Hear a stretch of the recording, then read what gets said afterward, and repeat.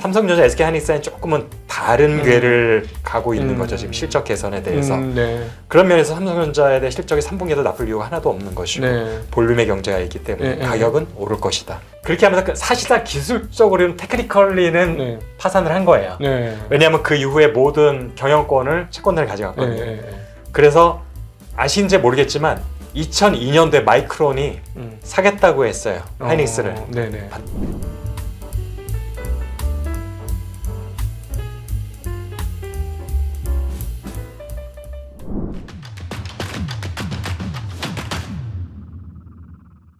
안녕하십니까. 증시각도의 TV 시청자 여러분, 투자자 여러분 반갑습니다. 네, 오늘 꼭 필요한 분, 그리고 또 저희 증시각도의 TV가 또 간절히 원하던 분을 모셨습니다. 한국 최고의 반도체 산업 분야 전문가 이주환 박사님 모셨습니다. 박사님, 네, 반갑습니다. 네, 안녕하십니까. 네, 이번 2분기 삼성전자 실적을 보고 다들 좀 깜짝 놀랐고, 특별히 외국인 투자자들은 깜짝 놀라서 역대급 순매수를 보여줬어요. 네.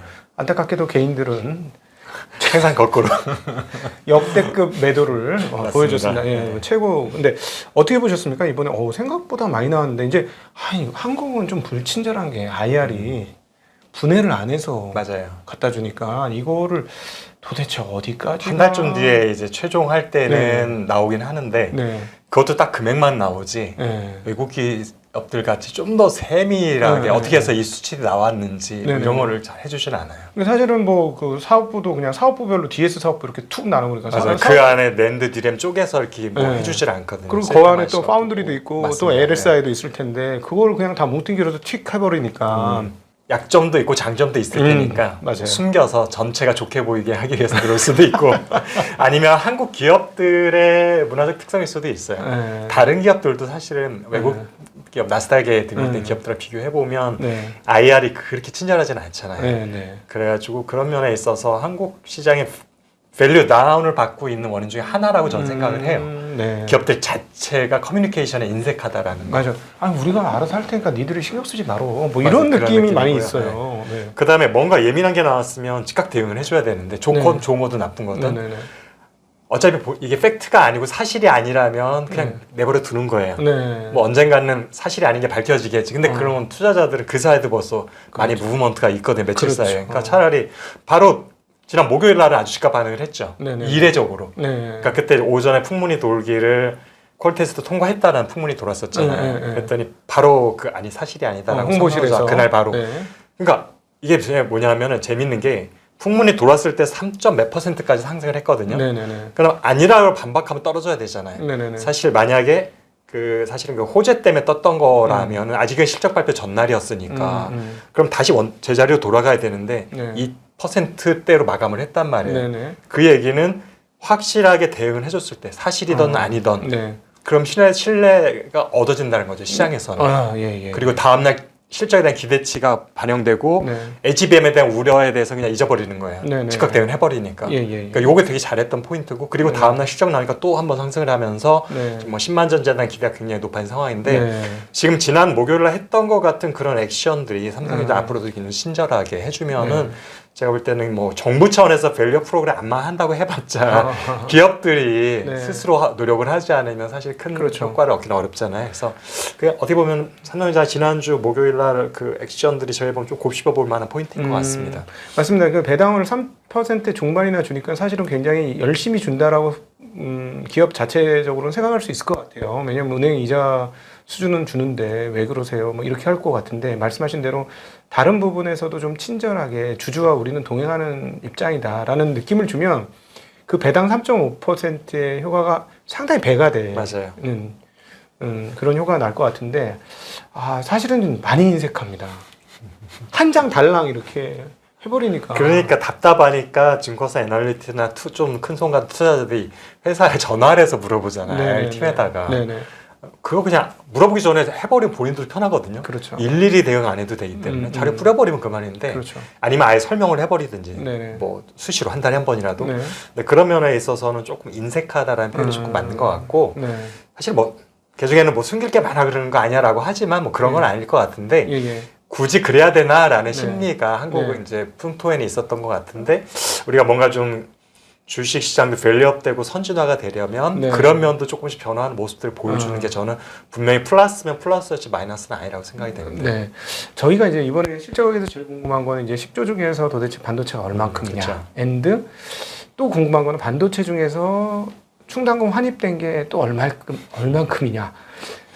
또 더 들어가면 제보자단체 평가 부분이 얼마나 많이 얼마나 많았길래 이렇게 많이 환입이 됐느냐. 그리고 또 이 중에 낸드는 얼마고 디램은 얼마고 사실 또 파운드리 얼마고 LSI는 뭐 실적이 적자 났는지 플러스가 났는지 파운드리 도대체 돈을 벌고 있는지 잃고 있는지 사실 그거 딱 보여주면 몇 분기 쫙 연결시켜 보면 대충 미래 그림 딱 나오잖아요. 예측이 가능하죠. 네, 그러니까 참 어렵습니다만 이럴 때 어쩔 수 없이 우리가 이주환 박사님을 통해서 해안을 조금 좀 엿보려고 합니다.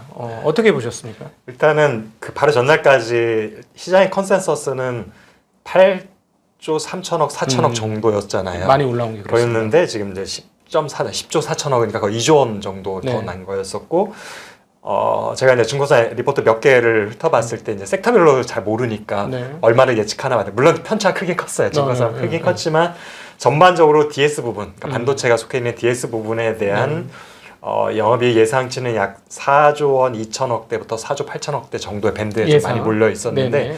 그게 이제 8조 3천억 원 정도 예상했을 때였거든요. 네네네. 근데 거기서 플러스 2조 원이 나왔다는 얘기는 반도체만 2조 원이 플러스 되지는 않았을 거라 보고 모바일 쪽도 생각보다는 조금 더 잘 나왔을 가능성이 있다고 보고요. 네. 그렇게 봤을 때 못해도 4조 원대 후반까지 이미 예상을 하고 있었기 때문에 6조 원을 살짝 넘었을 거라고 일단 예상이 되는 거고요. 네네네. 그래서 10조 원이 넘으려면 반도체 투자는 6조 원 이상을 해줘야지 되고 왜냐면 모바일이 1, 2분기가 극성수기는 아니잖아요. 네네, 신제품이 이제 막 바로 10일 날 이제 또한 저희들 이제 폴더블 폰들이 이제 언팩 행사도 있고 했기 때문에 그래서 조금 플러스가 됐지만 여전히 반도체 쪽의 역할이 생각보다 컸다라는 것이 이제 전반적인 전문가들 의견인 것 같습니다. 네네.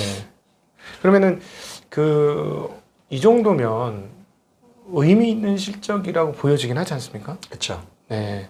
1분기에 반도체 부분이 약 1조 9천억 원 정도 됐었고 네네. 이제 그때 대부분 지난 말씀드렸지만 실적이 나왔을 때는 비교를 했었잖아요. 하이닉스랑. 네. 그래서 규모 면에서도 영업이익률 면에서도 하이닉스가 압승을 했던 1분기 실적이었었고 네. 그럼에도 불구하고 4분기까지만 해도 적자였었던 네네. 삼성전자 이렇게 흑자 전환했던 거는 다른 요인보다 왜냐하면 본격적인 수요 회복이 이루어지지 않았다. 네. 수출에서 수량을 봤을 때 그랬었고 그래서 결국에는 가격이 올라간 효과 작년 9월 10월부터 낸드 가격도 그렇고 디램 주요 제품들이 가격이 다 상승 전환했기 때문에 네네. 가격이 올라갈 수 있었던 거는 수요 회복은 아니고 공급광이 해소됐다. 악성 재고가 이제 어느 정도 다 해결이 됐기 때문에 올라간 거다라는 거였었고요. 그 말에 대한 뒷받침이 지난 5월 달 저희 통계를 제가 다시 확인해 봤을 때 네네. 수출 통계를 예. 지금 정부에서도 그렇고 전반적으로 역대 월간으로 봤을 때 역대 최고 수출 실적이었잖아요. 그렇죠. 반도체 총액으로 그러니까 반도체만 놓고 봐도 그렇고 수출 총 전체로 놓고 봐도 그랬었고 네, 그러면서 대부분 산자부의 보도자를 보니까 이런 부분에서 수요가 회복됐고 어떻게 됐고 막 나왔는데 정말 수요가 회복됐을까 저는 사실 퀘스천이 계속 있는 상황이기 때문에 그렇죠. 5월 달께 바로 최근에 떴습니다. 5월 역대 최고를 기록했었던 그걸 뜯어봤을 때 대부분의 메모리 제품들이 수량 증가가 마이너스였어요. 디램은 마이너스 14% 전년 대비? 전년 5월 대비. 아 정말요? 예. 그리고 복합 칩 메모리도 마이너스였었고 비메모리도 마이너스였고 주요 제품들이 다 수요는 마이너스였다고 해요. 5월 달에 금액으로 역대 최고치를 경신했을 때 유일하게 수요가 증가했던 게 두 개가 있는데 네. 디램 모듈 하고 그러면 낸드. 디램 모듈이면은 뭐 결국 HBM 포함되는 그러니까 거죠. 이전에는 HBM이 없던 시절에는 뭐 굉장히 다양한 것들이 있었겠는데 최근에 보면 작년 9월 10월부터 메모리 모듈의 수출 실적이 급격하게 증가하기 시작했거든요. HBM 맞나요? 그게 바로 HBM의 효과여서 HBM이 아마도 분류상에 제 생각에 기존에는 내가 디램 모듈을 확인을 안 했던 품목인데 있지도 않았고 관심도 없었고 금액이 크지 않았으니까 근데 최근에 보니까 굉장히 상승에 있는 거예요. 보드 상단에 있는 거예요. 디램 모듈이. 그래서 예상컨대 HBM이 그쪽에 분류되기 시작했던 것으로 일단 생각이 되고 그래서 뭐 HBM의 당연히 증가율이 작년 초에는 거의 없었던 거니까 그러니까요. 뭐 엄청난 증가, 80% 증가를 보였었고 낸드는 제가 그랬잖아요. 수요가 먼저 살아나기 시작했던 건 낸드다, 디램이 아니고 그래서 낸드 역시 수량 증가율이 굉장히 높게 나타났고요. 그래서 디램 그러니까 HBM과 낸드만 수요가 실제로 증가했다. 그리고 나머지 디램류와 비메모리들은 대부분 수요는 오히려 감소했었다. 전년 동월비. 그럼에도 불구하고 수출이 최대 시적으로 했던 것들은 그냥 가격 효과다 단순히. 공급과잉이 해소됐기 때문에 일어났던.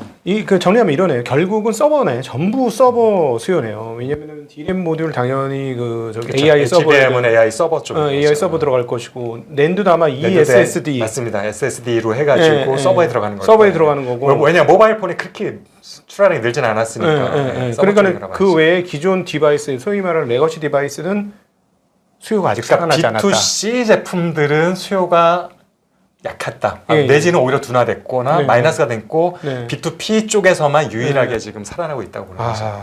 그럼 6월 달에도 아마 이 추세가 유지될 것 같고 6월 달에 수출입 동향을 살펴보면 이게 유지가 될 것 같고 그러면 말씀하신 대로 결국은 공급 과잉 해소지 수요 회복이라고 아닙니다. 절대로 아닙니다. 예.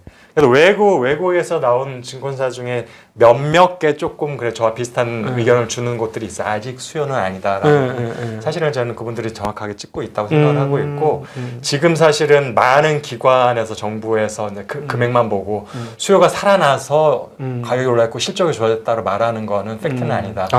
금액은 증가했죠. 가격이 올라갔으니까 그런 거고 3분기에도 당연히 가격이 더 올라갈 거로 대부분 보고 예상하잖아요. 제가 주로 보는 이제 외국 기관 자료 중에 이제 트렌드포스가 있는데 근데 트렌드포스에서도 역시 3분기에도 낸드 디램 다 한 8에서 10%, 15%까지도 가격 상승 가능한. 왜냐하면은 공급 과잉에서 이제 공급 부족으로 전환됐기 때문에 그런 거고 수요의 본격적인 회장은 B2C가 사실은 플러스로 증가하기 시작해야 그렇지. 본격적인 수요 회복이 되고 그래야지 미국에서 금리가 내려가기 시작하면서 전반적으로 돌아갈 건데 지금은 사실은 아직까지는 이제 제한적인 회복세인 것이고 중국 시장이 아직 살아나지 않았잖아요. 그렇죠. 그래서 중국 수출이 굉장히 여전히 부전하고 미국 수출 쪽이 오히려 살아나고 있는 상황이잖아요. 그렇죠.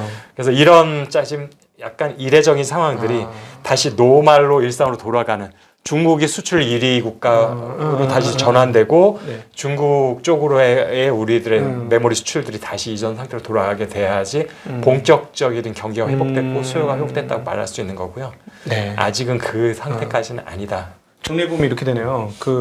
우리가 수출입을 통해서 역으로 환산해가지고 현재 상황들을 파악할 때 레거시 쪽의 증가는 중국 수출 증가 이코르로 나타나니 지금 20%, 19% 거기서 왔다 갔다 서로 이제 미국하고 중국이 1등을 엎치락뒤치락하고 있는데 이게 압도적으로 중국이 쭉 수출 1등 국가로 딱 변하는 순간 레거시가 뭔가 빵 터졌다 이렇게 보는데 아직까지는 그건 아니니까 그렇죠. 이거 반도체도 미국 수출이네. 지금 올해 주가 오른 건 전부 미국 수출이거든요. 그래서 전 세계 아직까지도 WSTS라는 곳에서 이제 지역별로 월별로 그러니까 최종 수요 기준이죠. 그래서 반도체 출하량을 집계를 하는데 보면은 미국 쪽으로의 수요 증가를 전년 동기 동월비로 했을 때 두 자릿수를 지금 몇 개월째 연속하고 있고요. 그 다음에 두 자리라는 거의 20-30% 정도씩 막 증가를 하고 있으니까 중국이나 다른 지역은 굉장히 부진합니다. 그러니까 지금 미국의 경기만 호황이라는 우리의 마크로의 상황을 그대로 보시면 될 것 같아요. 그래서 미국의 주식 시장이 호황인 거고. 미국 AI가 정말 엄청난 돈을 쏟아붓고 있다는 게 다시 한번 여기서 드러나는 대목이에요. 전반적으로 지금 IT 산업 전반적으로 미국의 IT 기업들의 시가총액이 그냥 끝없이 올라가고 있는 이유가 저기서 바로 설명이 되는 거죠. 우리 열심히 잘 들으시면 아시겠지만 이게 지금 어디서 이런 얘기를 듣겠습니까? 우리 이주원 박사님 아니면 이거는 한국에서 들을 사람이 없어요. 저희 들으시고 도움이 되신 분들은 주변 사람들한테 반도체 삼성전자 갖고 있으신 분들한테는 이 영상을 좀 뿌려주시는 게 칭찬받을 일이라고 저는 생각합니다. 자, 그럼 여기서 한 번 더 들어가면 디램 모듈과 낸드가 많이 팔렸으면 그럼 삼성전자의 실적 호조는 낸드일 가능성이 있고 또 하나는 디램의 가격 상승일 가능성이 있고 또 하나는 재고평가 차손 환입이 엄청나게 많을 가능성이 있고 요 세 가지로 이제 지표 이렇게 모이네요. 그러니까 HBM은 팔긴 팔았겠지만은 하이닉스만큼 많이 남는 거는 못 팔았을 테니까 HBM2 많이 팔고 이랬었을 테니까 팔긴 팔아도 그거의 물량은 좀 애매할 것 같고 그 부분을 저도 이제 계속 고민을 하고 있는데 왜냐면 아무래도 지난주 금요일 이번 주 월요일 진짜 방송국에 요청이 많아가지고 계속 다니면서 삼성전자 실적에 대한 분석 왜냐하면 총액밖에 없으니까 의견이 다 분분할 수밖에 없잖아요. 전문가들만 간에도 의견이 분분할 수밖에 없고 그래서 저도 지금 사실은 그걸 고민을 많이 했어요. 지금 재고 자산 평가액이 얼마나 될 것인가. 일각에서는 한 1조 5천억 정도 될 거다라는 얘기도 있어서 그 얘기를 제일 많이 하고 있습니다. 그런데 사실은 그러면은 재고가 그럼 굉장히 높아야 되잖아요. 그렇죠. 재고 수준이 높아야지 그 금액이 그렇죠. 굉장히 크게 나오는데 네, 손실 본 게 엄청 쌓여 있어도 창고에 이만큼 있었다는 거죠. 그렇죠. 못 팔고 있는 게 아니고. 근데 제가 지난번 이미 한 달 전, 그다음에 2달 전에도 말씀드렸지만 1월부터 이미 재고가 현저하게 낮아져 있다고 말씀드렸잖아요. 노말 수준이 돼 있거든요.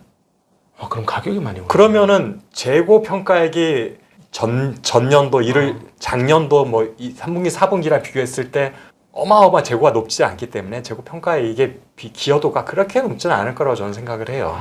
네네. 근데 가격 상승은 확실하게 꾸준히 일어났는데 네. 늘스는 말씀드리지만 삼성전자의 캐파가 생산 캐파가 SK 하이닉스 2배 정도 딱 2배라고 보시면 그냥 편합니다. 네네네. 그러면은 갖고 있는 볼륨도 2배. 네. 그러면은 기존 HBM을 제외한 다른 제품이 똑같이 가격이 올랐다고 했을 때 2배만큼의 효과가 삼성전자가 누릴 수 있는 거잖아요. 그렇죠. 그러니까 시간이 지날수록 거기에 대한 혜택은 삼성전자가 누리는 혜택이 더 크다라는 거죠. 네네네.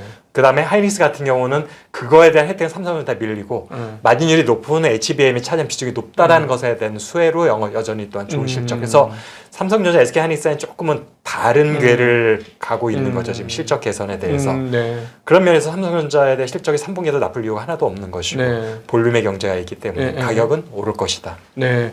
그리고 HBM 부분도 있잖아요. 그렇죠. 우리가 지금 계속 반복해서 말씀드리지만 HBM을 엔비디아에 납품 못하는 걸 막고 네. 아마도 엔비디아에 납품하는 게 4세대, 5세대 주로 4세대겠죠. 아직까지는. 근데 5세대는 또 준차 세대라고 볼 수 있기 때문에 그랬는데 삼성전자도 여전히 계속 나오는 게 최근까지도 시장 점유율이 한 36% 정도 된다. HBM 시장에서. 네. 물론 말씀하신 것처럼 4세대는 아니고 3세대일 가능성이 높지만 네.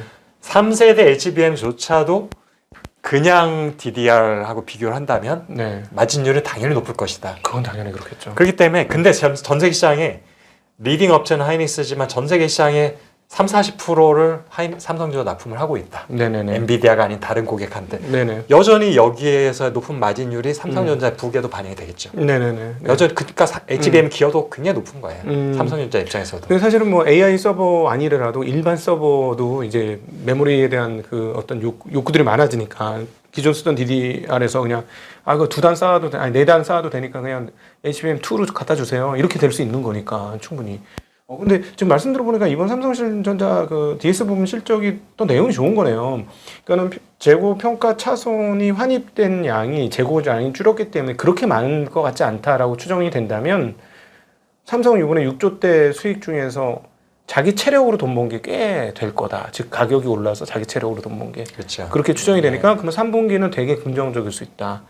이런 3분기에는 아마도 예상컨대 지금 2분기까지는 이제 최소 5월까지는 6월은 아직 모르겠으니까 가격 상승 오로지 가격 상승 효과였잖아요. 네네. 실적 개선 된 게. 왜냐면 수요는 오히려 마이너스로 가는 측면이 많았는데 그러니까요. 3분기 되면은 계절적으로 전통적으로 바이니스는 반도체 산업은 사이클상 호황기잖아요. 3분기는 항상 실적이 피크를 찍는 게 대부분은 3분기. 네네네. 가끔 4분기 때문에 그러니까 수요 자체도 이제는 살아날 때가 된 거죠. 네. B2C 제품들의 네네. 수요가. 네. 그렇게 봤을 때 3분기는 원래 가격 상승에 여전히 진행될 것이고 네. 플러스 이제 수요도 회복까지도 겹쳐지니까 그래서 일각에서 삼성전자 지금 이미 2분기에 10조 원이 넘어섰기 때문에 뭐 14조도 기대를 하고 15조도 기대를 하는 상황이 맞는 것 같습니다. 네. 하반기 되면 아무래도 뭐 그 미국 같은 경우에는 그 추수감사절 그다음 크리스마스 시즌이 있으니까 선물 수요가 굉장히 높아지는 때고 그다음에 이제 신학기를 준비하는 그런 물량도 만들어야 되는 상황이라서 아무래도 당연히 IT 부품들의 수요는 늘어날 수밖에 없다. 그렇기 때문에 3, 4분기에 더 기대할 수 있다라고 볼 수 있는 상황인 것 같고 그러면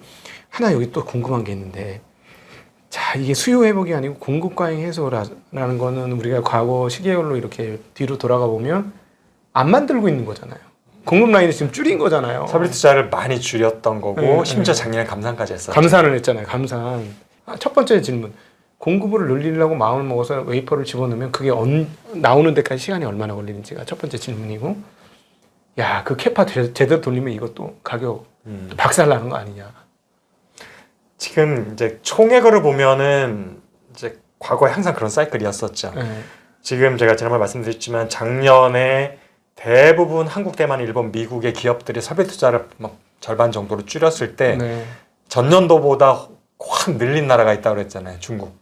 네네네. 주로 레거시 예, 예. 가능성이 높긴 하죠. 예. 이걸 놓고 봤을 때 어쨌든 뭐 중국엔 레거시가 많을 거라고 하긴 하지만 그 얘기는 다시 말하면 어쨌든 중국에 수출하던 물량이 일부가 국산화가 된다는 얘기가 되는데 그렇죠. 뭐 그게 이건 24나노도 어쩔 수 없는 상황이라서 음. 중국의 쪽의 수요는 파이는 줄어들 수밖에 없다. 네. 그렇게 되기 때문에 이걸 놓고 이제 작아진 파이를 가지고 다시 경쟁을 하려면은 설비 투자 경쟁을 이제는 서로 또한 눈치를 보긴 하겠지만 안 할 수가 없는 상황이었었고 네. 그다음에 어쨌든 중국이 저렇게 공격적으로 했기 때문에 견제하기 위해서라도 설비 투자가 올해 늘릴 수밖에 없는 상황인 건 맞거든요. 네. 그런데 이제 여기 하나지 변수는 이제 저희들이 볼 수 있는 거는 설비 투자 총액이기 때문에 네네네. 이게 정확히 얼만큼이 디램이 가고 어디가 낸드 가고 어디가 파운더리라 가는지 그리고 또 어디가 특별히 디램에서도 HDBM으로 가는지 요거를 쪼개서 볼 수는 없어요. 그건 기업 비밀이기 때문에. 진짜 좀 알려주세요. 그래서 미국은 알려줄 것 같은데 이 정도는. 아니 그 정도까지 알려지진 않습니다.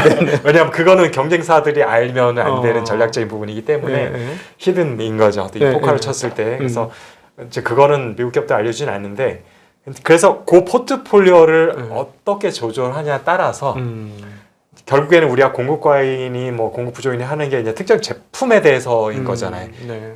그래서 그 포트폴리오 조정에 따라서 동일한 설비 투자 증가가 있더라도 부품별로, 섹터별로, 제품별로는 공급 과잉이 안 날 수 있는 포인트가 있다라는 거죠. 그러면은 지금 우리가 전해 들은 바로는 청주 14M 공장 X인가요? 14X인가 14M 공장을 그 하이닉스에서 증설을 25년까지 마치겠다고 했는데 그거 전부 다 TSV 공정이라고 했거든요. 전부 HBM이라고 그랬어요. 그럼 디램 공급량이 늘진 않네요. 그럴 수 있는 거죠. 그리고 심지어는 지금 기존의 공장조차도 왜냐하면 지금 말씀하신 신설되는 시간이 막 2년 정도 걸리니까 기존의 공장을 리모델링 해가지고 장비 좀 바꾸고 라인 조금 바꾸는 건 훨씬 짧게 할 수 있잖아요. 6개월이면 할 수도 있는 거고. 그래서 SK하이닉스 어떤 선택을 했냐면 이천에 있는 공장 중 M10 공장을 메모리 공장을 이제 HBM 전용으로 전환하겠다고 발표를 했어요. 그렇게 되면은 M10에서 나오던 물량이 상당히 있을 거잖아요. 월 10만 장이 될지 20만 장이 될지 모르겠지만 그 물량이 없어지는 거죠. 야, 그러면 삼성전자 잘하면 어부질이 가네요. 아니, 근데 그거는 똑같은 거를 삼성전자도 같은 액션을 고민하고 있는 거라서 지금 사실은 그러니까 삼성전자가 3, 4, 5 지금 팹에 대해서 지금 용도를 확정해 놓지 않고 공장을 중단한 상태에 있다가 평택 공장 최근에 다시 이제 조금씩 이제 다시 진행하려고 하는데 그 용도에 대해서 지금 많은 고민을 하고 있는 거예요. 메모리로 갈지 파운더리로 갈지 아니면 HBM 전용으로 갈지 그래서 요 판단에 따라서 사실은 설비 투자가 늘어나더라도 공급 과잉이 안 되는 그 기가 막힌 골드락스 상황이 1년 정도 더 갈 수도 있는 가능성도 있는 거죠. HBM 빨리 해야 된다고 지금 마진이 막 50%씩 나니까 그거 하겠다고 그쪽으로 다 돌리면 디램 공급 증가가 없는 상황이면 수요만 증가해주면 그냥 빠방이네요. 빠방 가게 튀면서 그렇게 보면은 저희가 가장 바람직하게 볼 수 있는 호황기가 길어지는 효과가 날 수 있는 거예요. 호황기가 분명히 지난번에 나오셨을 때 우리는 25년도 상반기 정도까지가 이제 이번 강세 사이클에 이제 그거 그 다음은 상황을 좀 봐야 되는데 보통 그 이후에 약세로 전환됐다. 한 2년 정도 강세, 1.5년 약세. 그쵸. 이 사이클을 말씀하셨는데 잘하면 늘어질 수도 있다는 거죠. 그런 거죠. 그게 이제 그거에 이제 매개 역할을 해준 게 HBM인 거죠. 그러니까 HBM이 등장하면서 공급 과잉을 지연시켜 버리는 거죠. 다른 제품들. 그러니까 설비 증설을 안 하는 건 아니지만 하긴 하지만은 그게 HBM으로 넘어가니까 디램은 설비 증설이 거의 없는 상황. 그래서 수요가 약해도 가격은 보존이 됐고 여기서 수요까지 한바탕 더 올라와주면 와 이것도 옛날 마진 좋을 때 50% 받았지 않습니까? 50%까지 갔었죠. 삼성전자는 거기다 이제 파운더리까지 했죠. 파운더리도 어떻게든지 시장 점유율을 높여야 되기 때문에 이쪽 설비 투자는 계속 꾸준히 하고 있거든요. 그러니까 설비 투자 상당 부분이 HBM 전용과 파운더리를 빠져버리면 기존에 우리가 주로 신경 쓰던 디램과 낸드 쪽은 공급 과잉으로 쉽게 전환되지 않을 수 있다. 설비 투자 하더라도. 낸드는 지금 완전 공급 과잉 아니었었습니까? 그랬었죠. 낸드가 훨씬 이익률이 낮았었고 적자 전환도 더 항상 빨리 됐고 흑자 전환도 늦게 됐던 게 항상 낸드 쪽이었었는데요.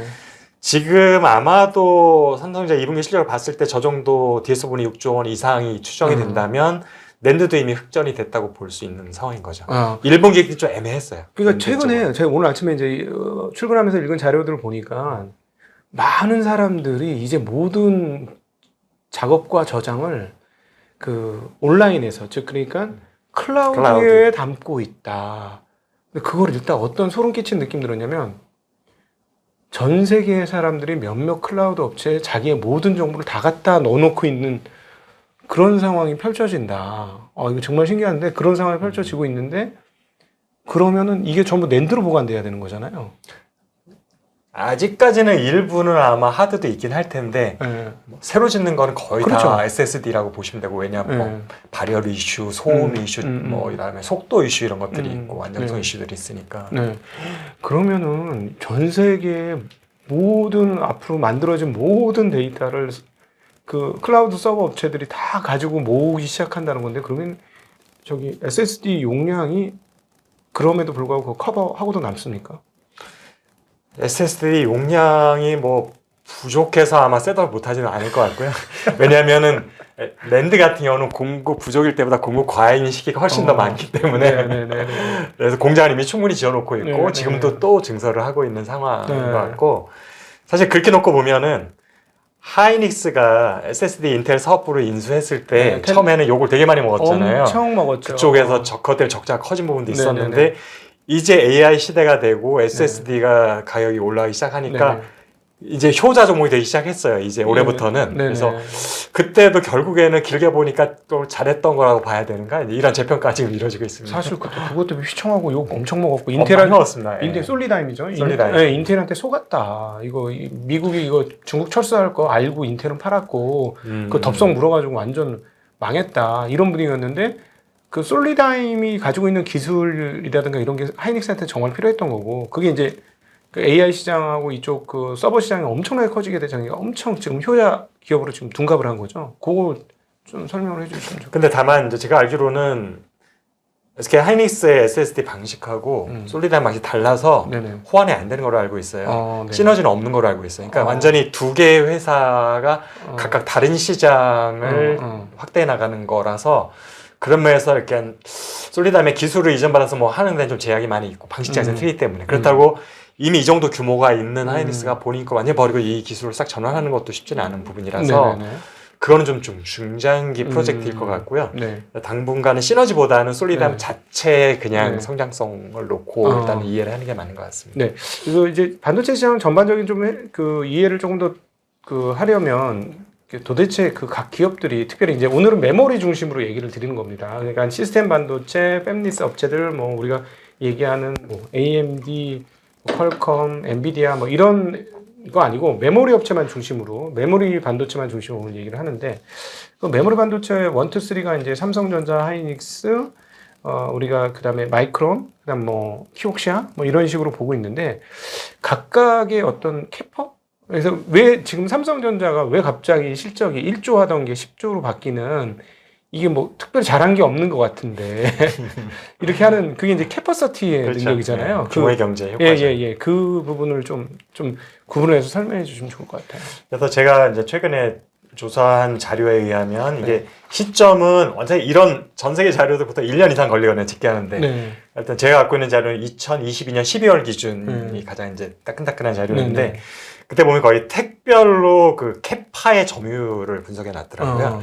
그러니까 완전 레거시, 그다음에 뭐 준 레거시, 준 엣지 제품, 완전 선단 엣지, 리딩 엣지 이런 식으로 했을 때 우리가 지금 관심 갖고 있는 건 그 중에서 어쨌든 리딩 엣지 쪽이잖아요. 특히 HBM 같은 경우가 대부분 리딩 엣지 택을 이용한 거고, 그다음에 삼성전자 같은 경우 지금 파운더리에서 TSMC랑 대결하려고 하는 것도 다 리딩 엣지잖아요. 3나노, 2나노. 엊그제도 지금 2나노에 대한 로드맵을 발표했잖아요. 그래서 리딩 엣지 쪽만 일단은 포커스를 해서 보게 되면은 이제 수치로 말씀드리면 리딩 엣지 택에 해당하는 공장의 캐파. 그러니까 실제 출하량은 모르겠지만 생산할 수 있는 총 능력의 시장 점유율을 봤을 때 삼성전자가 32%, 3분의 1 정도. 메모리 시장에서. 아니구나. 전체 이거는 모든 반도체. 어마무시하네. 그러니까 메모리, 파운더리 뭐 몽땅 다 메모리 했을 때에 그러니까 전 세계 그러니까 태양광이 재화됐는지가 좀 불확실한데 아마 반도체 쪽만일 거라고 생각이 돼요. 태양광 시장이 또 다른 시장이잖아요. 거기도 웨어퍼를 쓰니까요. 쓰니까요. 그래서 일단 그쪽은 아닐 거예요. 삼성전자나 하이닉스는 태양광 안 하고 있기 때문에. 그래서 결국에는 반도체를 수요로 하는 그다음에 디램 메모리 이런 거 구분 안 한 반도체를 생산할 수 있는 캐파 중에서 가장 최선단 제품인 리딩 엣지 쪽의 팹만을 이제 비교를 했을 때에 캐파 비교를 한 건데 삼성전자 그래서 32%, 2등이 어디일까요? 두두두두. 키옥시아, 하이닉스, 마이크론 셋 중에 하나네요. 마이크론일 것 같은데 2등이? 2등이 마이크론이 25%. 하이닉스가 아니고. 하이닉스가 19%. 의외로 TSMC는 9%예요.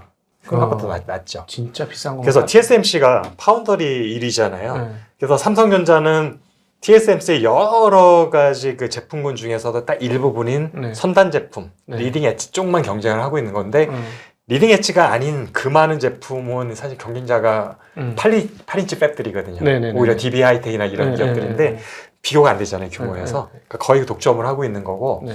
그러니까 지금 TSMC가 리딩 엣지 캐퍼로는 전 세계에서 9%만 안 가지고 있다는 얘기는 TSMC 팹의 상당 부분은 레거시 공정 그렇지. 생산 캐퍼라는 거죠. 자동차 반도체라든가 맞습니다. 이런 전력, 거는? 자동차 네. 뭐 이런 게 다 네. 들어가 있는 거고 그다음에 뭐 이미지 모듈이라든지 뭐 다른 거 있는 거고 그리고 뭐 키옥시아는 5%. 그러니까 얼마 안 키옥시아 되네. 플러스 웨스턴 디지털 합쳐가지고 왜냐면 여기는 뭐 합병 몇 번을 했는데 이거밖에 안 돼요? 그래서 지금 이제 그 부분을 그러면 좀 궁금해지잖아. 네. 생각보다 2위가 마이크론이라는 것에 대해서 그러네요. 하이닉스일 것 같은데. 하이닉스일 것 같은데 우리 같은 경우 2위 하면 하이닉스가 그냥 거의 공식같이 돼 있어서 이 기회에 이제 저희가 한번 정리를 하고 나면 좋을 것 같아요. 그러면은 도대체 마이크론이라는 회사와 하이닉스라는 회사가 어떻게 탄생을 됐고 그 역사가 어떻게 되길래 생각보다 마이크론이 굉장히 규모를 따지면 기술력은 모르겠지만 그러네요. 굉장히 크구나. 큰 어. 회사구나. 당황스럽네요. 당황스럽고 왜냐면 이익 규모를 보면 하늘과 땅 차이거든요. 이익률이나 뭐 기술 텍 같은 걸로 다 하이닉스가 앞서 있는 그러니까요. 상황인데 네. 시장 점유율을 놓고 보더라도 그렇고요. 네. 그래서 그걸 간단히 좀 정리를 좀 하고 넘어가면 좋을 것 같아서 일단 저희들이 2000년도만 보시면 돼요. 그 이전에 치킨 게임이라는 건 우리가 사실은 관심을 가지기에는 조금 너무 먼 옛날이기도 하고 네네. 2000년 이후에 일어났던 주요 치킨 게임과 M&A 역사들을 보면 현재 마이크론과 하이닉스가 존재하게 된 그 과정을 볼 수가 있고 네. 야 이런 애들이 이렇게 합쳐졌으니까 규모가 이럴 수밖에 없구나라는 게 이제 우리가 이해가 되는 측면이 있거든요. 네네. 일단 하이닉스부터 얘기를 하면 하이닉스도 사실은 이게 사실은 빅딜을 통해서 만들어진 회사잖아요. 그렇죠. 젊은 세사는 모르는 시기죠. IMF 시대라는 LG 반도체와 현대 반도체. 현대전자 오히려 처음에는 네, 현대전자 그 두 개 합쳐진 거죠. 네.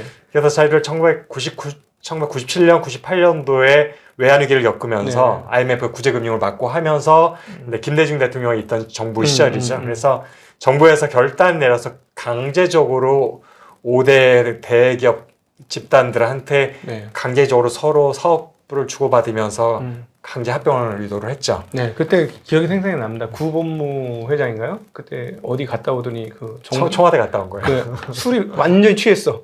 기자들이 사진 찍는데 총수가 술에 취해 있는 걸 봐서 저는 그때 어린 나이에 저거 참 신기하다. 저거 뭐 하나 이게 자기 거 내놓으려고 하니까 저렇게 괴롭구나. 이런 느낌을 받았었거든요. 굉장히 애정이 있었던 반도체 때문에 그래서 어쨌든 그 과정을 거치면서 반도체 속에서 한국에서는 그때 LG 반도체와 현대전자의 반도체 사업부가 있었죠. 네네. 왜냐면 현대전자는 삼성전자와 마찬가지로 종합 가전 전자회사였거든요. 네네. 아시다시피 휴대폰도 만들어 팔고 있었죠. 네. 그 다음에 컴퓨터도 만들어 팔고 있었고, 그 다음에 패키지 사업부도 있었었고, 비메모리, 메모리 다 있었고요. 맞아요. 팹리스도 있었어요. 그죠? 팹리스도 없고, 모든 걸 다 하고 있었던 현대전자가 있었기 때문에, 그 중에 이제 패키지 쪽은 중국의 취팩이라는 회사한테 매각이 됐고, 모바일 사업부도 매각을 하고, 그 다음에 PC 사업부 다 매각해서 결국 반도체만 남았는데, 반도체 부분 남은 거를 이제 LG 반도체죠. 하고 합병을 했죠. 정부 주도하에서. 그래서 현대전자에서 떼어내가지고 현대 반도체라는 사명으로 양사가 합쳐진 게 이제 하이닉스의 전신이고요. 그게 이제 2000년에 완성이 된 거고요. 그런데 그때 부실 기업 두 개가 합쳐진 거잖아요. 어떻게 보면은 정부 주도하에서 조선도 사실 그렇게 부실 기업도 묶었던 거고 해운도 뭐 다 그런 거였는데 그래서 되게 굉장히 일시적이에요. 일시적이었지만 제가 그때는 이제 현업에 있을 때였으니까 일시적으로 생산 캐파놓고 벌써 삼성전자보다 합병사가 더 커서 1위를 했었어요. 왜냐하면은 빅3 중에서 2위, 3위가 합쳐지니까 1위를 넘어섰던 거죠. 그랬구나. 그래서 질적으로는 모르겠지만 양적으로는 합병사였던 현대반도체가 일시적으로 삼성전자보다 커졌었습니다. 그때 캐퍼는 아마 1위였을 겁니다. 합병사가. 그래놓고 이제 합병되고 나서 불과 1년, 2년 사이에 하이닉스로 개명을 했고요. 그때 사실은 어떻게 보면 거의 부도 상태였죠. 망할 뻔했어요. 네. 제가 잘 똑똑히 기억하는 게 그때 유상증자가 액면가인 5,000엔의 유상증자가 어마무시하게 했었어요. 20대 1 감자했던 거 기억나고. 맞아요. 예, 감자. 제가 그때 직원에게 반강제적으로 증자에 참여해서 7,000원에 샀었거든요. 막 대출을 강제적으로 해주면서 저도 그래서 돈도 연봉보다도 몇 배 비싼 7천만 원어치를 샀는데 네. 그러니까 그때 거의 이 7,000원 정도 되는 가격에 산 건데 분할하면서 130원이 됐어요. 아 맞아. 그렇게 하고 나서 5,000원 증자를 때렸어. 그래서 5,000원 액면가에다가 뭔가 했었어. 그때 그 우리 사주 샀던 직원들은 다 거지가 됐죠. 다 거지가 됐죠. 그렇구나. 그 21대 된 거는 몽땅 다 새로 돈 집어는 채권단에 몽땅 가져갔고 예. 우리는 그 자리에서 7,000원짜리가 130원이 돼버리면서 맞아. 그러고 거의 나서 거지가 돼버렸죠. 감자 20대 1하고 5,000원의 액면으로 또 거의 액면 수준에서 그래서 그 도망했죠. 아픈 피해자 중에 한 명이었었고 제가 어쨌든 뭐 그게 중요한 게 아니고 네. 그렇게 하면서 사실상 기술적으로는 테크니컬리는 네. 파산을 한 거예요. 네. 왜냐하면 그 이후에 모든 경영권을 채권단에 가져갔거든요. 네. 그래서 아신지 모르겠지만 2002년도에 마이크론이 사겠다고 했어요. 하이닉스를. 네네. 그러니까 메모리 부분을 전체를 사겠다고 했었고 네네. 채권단은 항상 목표가 있잖아요. 빨리 돈을 회수한다. 내가 들어간 돈을. 그렇죠. 근데 마이크론을 사겠다고 하니까 덥석 팔겠다고 했어요. 채권단에서는 네. 은행에서는 은행에서 사겠다고. 왜냐하면 빨리 빠져나갈 수 있으니까. 그 거기서 제시한 금액 정도면. 그런데 이제 당시에 그때 아마 박정석 사장님이 대표로 있을 때에 이 국가적으로 봤을 때에 이 정도 헐값의 반도체를 미국에 넘기는 건 절대 안 된다고 생각을 했었고 경영진이 사표를 각오를 하고 이사회에서 부결을 시켰습니다. 그래서 경영진 다 물갈이를 시켜버렸죠. 채권단에서. 열받으니까 니들 내 돈 회수하려고 하는데 니들이 왜 막아? 근데 어쨌든 사실 그때 경영진의 결단이 있었기 때문에 아니었으면 2002년에 하이닉스는 마이크론에 넘어갔고 그럼 지금 미국 회사일 거예요. 그러면 세계 1위도 미국 회사가 돼 있었을 건데 그때 경영진이 본인의 불이익을 감수하고 결단해서 이사회 부결을 시켰던 그게 2002년에 있었던 사건이고요. 이런 건 나중에 기록으로 남겨가지고 기업사 이렇게 한 획을 제가 그래서 지금 좀 아셔야 될 것 같아서 많은 분들이 잘 모르기 때문에 제 기억이 납니다. 박종석 사장님 되게 열심히 했던 사장님이라는 건 기억이 나고 그러면서 서서히 부활을 했어요. 맞아요. 그때부터. 그러면서 근데 사실 그때 뼈를 노력을 했죠. 왜냐면 그때 이미 채권단 관리에 들었기 때문에 설비 투자는 거의 막혀있던 상황이었어요. 제가 그때 현업에 있을 때라 이제 팀 단위로 제가 그러니까 D램 1기가라는 게 지금 보면 말도 안 되는 저용량이지만 당시에는 1기가 차차 세대 제품이었었거든요. 왜냐면 256메가바이트가 현재 주력이었었던 시절이니까 차차 세대를 제가 D램 개발하고 있었는데 선행개발팀에서 불과 30만 원 정도의 뭔가 예산을 집행하려고 할 때도 사장님 결제까지도 안 됐고 채권단 결제까지 올라갔던 시절이었어요. 30만 원 결제가. 아무리 인플레이션 해도 한 돈 100만 원인데. 근데 뭐 장비 하나 살려면 몇백억이잖아요. 그러니까 그거를 쉽게 할애 난리가 없으니까 거의 설비 투자 제로인 상황에서 거의 인력의 힘으로 연구원들이 정말 24시간 풀가동 해가고 야근 해가면서 생존을 한 거고요. 이 상황이 2012년 SK에 인수될 때까지 계속됐다고 거예요. SK가 2012년 결국에 SK텔레콤이죠. 실질적인 주체는 텔레콤에 인수되면서 이제 자금들. 그래서 그때 엄청난 적자를 냈던 해거든요. 2012년이. 보통은 그 전까지 채권단에서 적자 내면 투자 올스톱. 그러니까 미래가 없는 상황. 협의 투자 못하니까 악순환. 갔다가 이제 사실 오너가 생기니까 주인이 생기니까 적자이면서 협의 투자 들어갔죠. SK텔레콤 그때만 하더라도 정말 황금알을 낳는. 지금도 뭐 돈은 잘 법니다. 거기 꾸준하게 돈이 나올 수 있는 내수기업이기 때문에 100% 내수기업이기 때문에 거기다 통신사는 기간산업이 있잖아요. 그래서 사실은 그때 SK가 못 가져갈 수도 있었어요. 그 전에 효성에서 먼저 두드렸었고 근데 자진 사퇴. 그 다음에 STX에서 하겠다고 경합을 했다가 자진 사퇴. 결국 SK가 홀로 남아서 인수를 했는데 좀 민감 부분이라 여기서 제가 밝힐 수는 없지만 그 와중에 제가 정부의 높은 힘 있는 모 기관의 요청을 받아서 분석 자료를 좀 보고했던 게 있고요. 지금 생각해보면 그 보고서 거의 핵심이었던 것 같아요. SK 쪽으로 넘어가게 됐었던. 근데 그랬기 때문에 살아났던 것 같아요. 생존했던 것 같습니다. 그래서 그 내막을 밝히긴 조금 어려고요. 사석에서. 어쨌든 그래서 SK한테 인수한 후부터 체질이 완전히 바뀌었죠.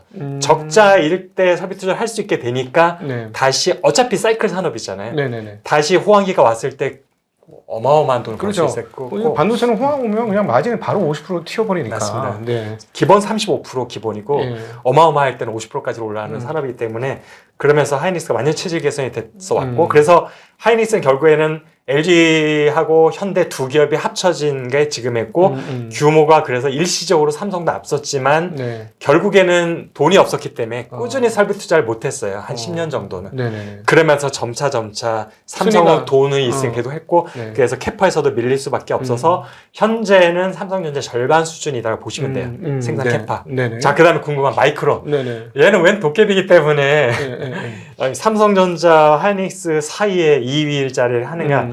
자, 일단은 이제 이 부분을 말씀드리려고 이제 한국 기업을 먼저 하이닉스를 말씀드렸는데, 자, 일단 마이크론의 1998년부터 시작이 돼요. 그 기업 사냥이 시작했던 것들이. 네. 네. 말씀드렸잖아요. 이미 2002년에 하이닉스도 사냥하려고 그랬었잖아요. 네네. 무산이 됐기 때문에 하이닉스 못 가져가고. 그때까지 갔으면 또 완전히 달라졌을 거예요. 네. 메모리 쪽에서의 그렇죠. 경쟁이. 일단 1998년에 어떤 일이 있었냐면 TI가 있잖아요. 텍사스 인스트루먼트. 지금도 네. 있죠. 자동차 차량 반도체 1위, 예. 1, 2위를 다투고 있는 기업인데 그렇죠. 옛날 하여튼 구형 반도체 압도적 맞습니다. 1등. 아날로그 반도체. 아날로그 반도체. 압도적 TI도 1등. 지금도 그 시장에서는 강자예요. 예. 그러니까 없어진 회사도 아니고 반도체를 철수한 것도 아닌데 네네. 메모리는 철수를 했죠. 그러니까 지금 보니까 뭐 LG, 현대 다 못 견뎌서 강제 합병될 정도로 못 견뎌내는 시장, 일본 기업들도 다 마찬가지 상황이니까 네네. 아 여기는 돈 먹는 하마고 밑 빠진 독에 물 붓기고 여기서 살아남기 진짜 힘들구나 아, 네. 라고 생각해서 심지어는 인텔조차도 철수를 했으니까 네네. 그래서 마이크론한테 메모리를 팔았어요. 어. 비메모리만 남겨놓은 것 같던 거죠. 아, 그러니까 사실은 그 전에 이제 메모리 업체들이 수십 개가 있었던 거죠. 일본에만 해도 몇 개가 있었고, 미국에도 1995년 기준에 네. 이때가 정말 정말 무주공산 같이 모든 기업들이 있던 시절인데 네. 시장 점유율이 1%도 안 되는 기업들이 수십 개 있었고요. 수십 개. 1% 정도 되면 그래도 어떤 보드에 이름을 정도 내밀 정도였는데 그런 기업만 15개가 있었어요. 아. 1% 이상의 기업들만 해도. 그러니까는 우리가 IMF 오기 전에 반도체 수출이 역으로 적자가 나고 했었었는데 그때 그러니까 다들 죽기 살기로 적자로 그냥 반도체 쏟아냈군요. 그 이때 당시에. 정말로 뭐 손실이 나면서 그냥 경쟁을 하고 못 먹어도 고하던 시절. 왜냐면 플레이어가 너무 많으니까. 그러니까 삼성전자가 결국 그 과정을 통해서 치킨 게임으로 다 일본 기업들을 다 이기고 다 이겼습니다만은 자기네도 마지막 송괴를 당했던 시기가 바로 IMF 직전 96년, 97년. 그러면서 한국 수출입이 그냥 적자로 그냥 뚝 떨어지고 그 결국 IMF 오는 걸 산업적으로 해석해 보면 반도체 산업의 적자였고 그게 반도체 치킨 게임의 결과였네요. 그 주가에도 그대로 반영이 됐다. 네, 그러네요. 이런 상황이 있었군요. 네. 지금 우리가 10만 전자만 얘기하잖아요. 네. 2018년 3월인가 4월에 50대 1 액면 분할하기 전에 가치로 하면 500만 원이 되는 거예요. 네, 그렇죠. 지금. 삼성전자가 500만 원이 되는 건데 IMF 직후에 한 3만 원대, 3만 원대 정도 액면 분할점 있었거든요. 3만 원. 그러면은 3만 원이었던 주식이 지금 500만 원이 된 거예요. 삼성전자 하나를 보면. 네네. 야 20여 년 정도의 네. 기간 동안에. 그러니까 그때 주식 사놓고 네. 그냥 잊어버리고 묻어뒀던 사람들은 지금 거의 워렌 버핏이 돼 있는 그렇죠. 거죠. 3천만 원어치만 사놨으면. 아 근데 그때 뭐 3천만 원, 집 한 채 값이 안 되는구나. 그때 2000년이면 집 한 채까지는 전세 값이네요. 전세 값. 와 그거 박아놨으면 그냥. 네. 근데 우리 이제 보통 일반 투자 그렇게 장기 투자하기가 쉽지가 않다는 거예요. 네. 실적으로. 네. 자 어쨌든 이야기가 또 다른 데로 가버려서 그래서 98년도에 텍사스 인스트루먼트가 갖고 있던 메모리 사업부를 마이크론이 가져와요. 네. 이제부터 시작이 됐던 거죠. 네. 그다음에 말씀드렸지만 2002년에 하이닉스 인수하고 싶었는데 무산이 돼버렸고 안 됐고 근데 2001년도에 도시바 있잖아요. 네, 도시바. 도시바가 지금도 랜드 시장에서는 네. 강자인데 도시바도 D램은 팔았어요. 랜드만 남겨놓고. 아, 그 일본의 구조조정이 시작됐던 그러니까 거죠. 일본한테 파는 게 아니고 그 마이크론한테 마이크론이 TI 거를 사가고 그 다음에 도시바의 D램 부분을 사가면서 네네. 계속 몸집을 키웠죠. 그 전까지 되게 작은 기업이었어요, 마이크론이. 네. 자, 그리고 나서 2002년쯤에 일본의 우리가 빅딜이 있었듯이 98년, 99년에 빅딜이 있었듯이 일본에서도 정부 주도하에 D램 부분에 빅딜이 일어나게 됩니다. 네. 그래서 일본에서 보면은 이제 LPD가 사있는데 NEC, 미쓰비시, 히다치라는 세 개의 D램 기업들을 묶어가지고 일본에서 강제적으로 하나 회사 만들었어요. 네. 경쟁력이 없으니 삼성을 도저히 안 되니 네네. 합쳐서 한번 해봐라 해서 그 세 개 업체가 합쳐진 게 엘피다입니다. 아, 그렇군요. 그게 2002년도 네. 있었는데 그래서 일본도 딱 하나만 똘똘한 해서 네. 낸드의 도시바, D램의 엘피다 이렇게 두 개만 남겨가지고 했고 그다음에 비메모리에도 리네상스 하나로 딱 합쳐버린 거예요. 네네네. 우리의 픽드와 비슷한 거를 2년 뒤에 했던 거고요. 네. 그렇게 살아남아서 어쨌든 버티다가 그 다음에 어떤 일이 있었냐면 2009년에 유럽도 그때까지는 키몬다라는 회사가 메모리 D램을 하고 있다가 예. 파산하면서 메모리를 그냥 예. 포기해요. 그냥. 포기해버리고 아마도 키몬다 가고 있었던 거는 또 아마 다른 회사로 어딘가로 뭐 넘어갔을 네네네. 거고요. 그 다음에 중요한 거 2012년에 네. 일본에서 3개 회사를 만들어서 합쳐졌던 엘피다조차도 망해가지고 구도 났죠. 마이크론에 네. 넘어가죠. 아, 그 마이크론 넘어가는군요. 그게 2012년에 마이크론에 그러니까 마이크론이 보시면은 TI 거 가져갔고 네. 그 다음에 도시바 거 가져갔고 네. 그 다음에 NEC, 미쓰비시, 히다치 세 개의 사께 합쳐졌던 엘피다를 마이크론이 가져. 그렇군요. 네. 그러니까 현대, LG 두 개 합쳐진 하이닉스보다는 당연히 네. 더 많은 회사들을 가져갔기 때문에 그러면 회사가 캐파는 클 수밖에 없죠. 회사가 여기저기 있겠네요, 마이크론은. 미국만 본사가 있나요? 일본에 굉장히 많이 있어요, 마이크론이. 그래서 아, 그러면 최근에 지금 무슨 얘기가 나오고 있냐면 마이크론이 자기네가 전력 효율이 더 좋다. 그리고 우리가 원비 했다. 그러니까 14나노 말고 12나노 우리가 원비가 더 앞서 있고 우리는 곧 10나노도 할 것이다. 막 이런 얘기를 하는데 뻥은 아닐 수도 있겠네. 그게. 그러니까 지금 마이크론은 미국에서 계속 갔던 기술의 줄기가 있고 예.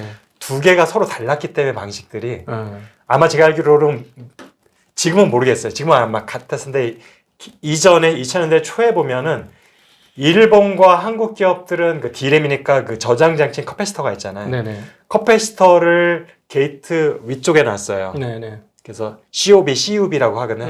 over 비트라인. 비트라인 위쪽에 커패시터가 있는데 네네. 미국 기업들은 CUB라고 해서 under 비트라인에서 밑에 그러니까 STI를 뚫고 밑에다 커패시터 만들었어요. 근데 이게 점점 용량이 커지면서 한계가 온 거죠. 밑으로 뚫어야 되니까 위로 세우는 거다. 그래서 그 자체가 LP라는 한국 일본 기업들이니까 애초부터 COB 스타일이었고 그다음 원래 미국에 있는 마이크론 CUB 방식이었기 때문에 두 개 완전히 다른 기술이라 합칠 수가 없는 기술. 그게 이제 어느 세대부터는 미국 기업들도 CUB의 한계가 왔기 때문에 COB로 바뀌었을 건데 네. 그러면서 이제 양사의 기술과 어떤 플랫폼을 어떻게 합쳐졌는지는 잘 모르겠지만 네네.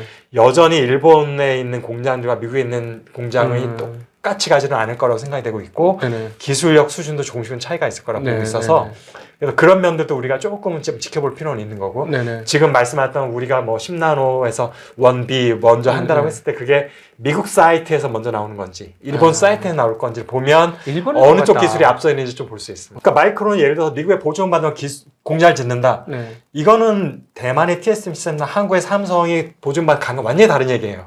원래 내공장의 절반의 기틀이 일본에 있는 거예요. 마이크론은 되게 자연스럽게 갈 수 있는 거죠. 근데 생색낼 수 있죠.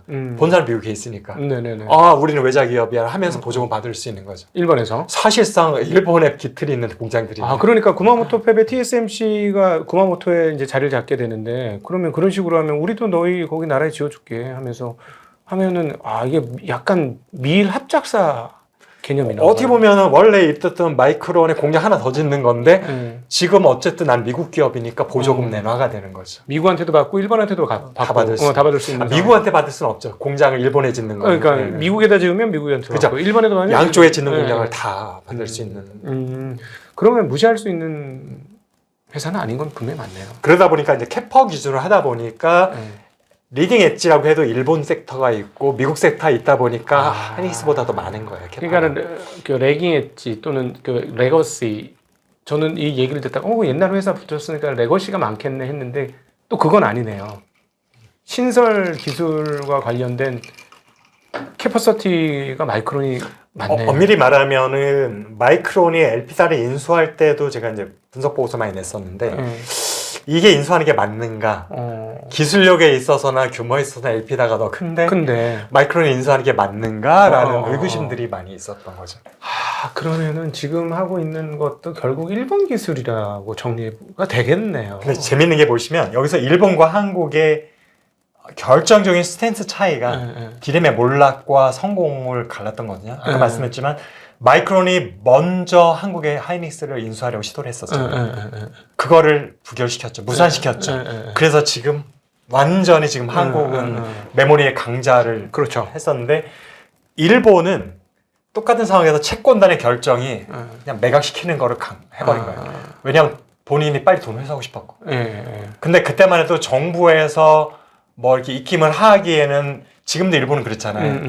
은행들의 입김이 굉장히 세잖아요. 정부보다도. 그러니까 뭐 채권단의 결정이 그냥 최종 결정이 됐던 건 상이었는데 한국은 어쨌든 여론의 뒷받침, 그다음에 경영진의 노력, 그다음에 국민 정서 이런 것들로 해서 무산을 시켰던 건데 그 차이가 지금 일본은 없잖아요. 디램 업체가. 그렇죠. 완전 몰락. 이제 다시 어떻게 해보려고 새롭게 회사 만들어서 하는 거고. 키옥시아라는 회사. 그래서 이런 한순간의 결정적인 그러니까 기업의 국가 기관 산업을 쉽게 외국한테 넘겨지면 어렵더라도 안 된다라는 것에 대한 교훈을 한국과 일본의 지금 디램 산업을 보면서 다시 우리가 좀 스터디할 수 있습니다. 아, 그러네요. 진짜 우리가 사실은 우리 국민들이 참 산업에 대해서 애정이 있고 기업에 대해서 애정이 많다는 게 느껴지는 게 사실 본인들한테 굉장히 불리한 그 삼성물산의 지난번 지분 관련 투표에서 소액주주들이 자기한테 불리한 표를 던진 거거든요. 그러니까 그거는 사실 따지고 보면은 산업 자본에 대한 인정이고 산업 자본이 잘해줘서 우리나라를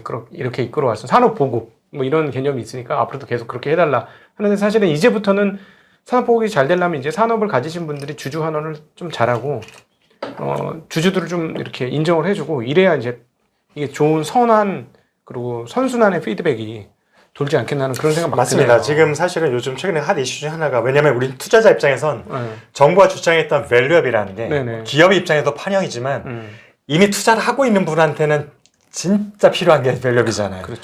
원래 몸값을 못 받고 있는 걸 제값을 받게 하면 내가 갖고 있는 주식이 2배가 될 수도 있는 거잖아요. 그럼요. 근데 그와 연관해서 지금 말씀하신 특히 외국 쪽에 특히 미국 기업들과 비교해보면 한국에도 굉장히 실력이 있고 규모가 큰 기업들이 많이 있어요. 미국 못지않게. 그럼에도 주가는 항상 저평가 얘기가 나오는 것들을 생각을 해보면 생각해보면 미국의 애플, 마이크론, 엔비디아가 지금 1, 2, 3이 지금 최근에 또 1위가 바뀌어서 애플이 1위인데 시가총액 1위 하는 기업들을 봤을 때에 이런 기업들의 특징을 보시면 얼마 전에 오픈 AI도 그렇고 애플도 그랬고 뭐냐면 창업주가 해고돼요.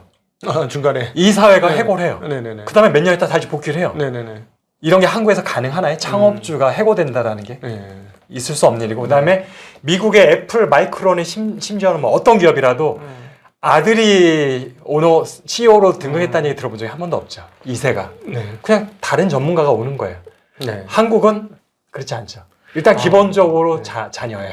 그 다음 경영자 내 상관이 그 자녀가 될 수 있다는 생각을 염두에 두면서 할 수밖에 없으니까 주주만 보면서 회사의 이익만 보면서 할 수 없는 상황이 된다는 거예요. 그래서 이런 부분들에 대해서 이제 투자자들이 특히 이제 글로벌 투자자들이 한국 기업들에 대해서 이제 저평가를 하게 되는 원인이 뭐 다는 아니겠지만 한 축은 될 수 있다라는 생각이 있어서 어쨌든 아까 처음에 얘기했었던 커뮤니케이션 부분, IR 부분도 그렇고 이런 경영에서 투명성 오로지 주주와 기업의 이익만을 위해서 어쨌든 경영진이 힘을 쓸 수밖에 없는 그런 환경 조성 이런 것들이 잘 된다면은 아마도 한국 주식시장 밸류업도 이제 시간이 지나면 되지 않을까 기대를 해봅니다. 자, 오늘 이주환 박사님과 함께 그 삼성전자 실적에 대한 분해를 좀 해보았고요. 그다음에 그 현재 이 메모리 업체들이 어떻게 현재 상황까지 왔는지 메모리의 역사에 대한 이야기도 했습니다. 자, 이제 7월 달 말이면 하이닉스의 실적 발표도 되고 또 시간 좀 지나면 삼성전자 실적이 아주 자세하게 나오게 될 겁니다.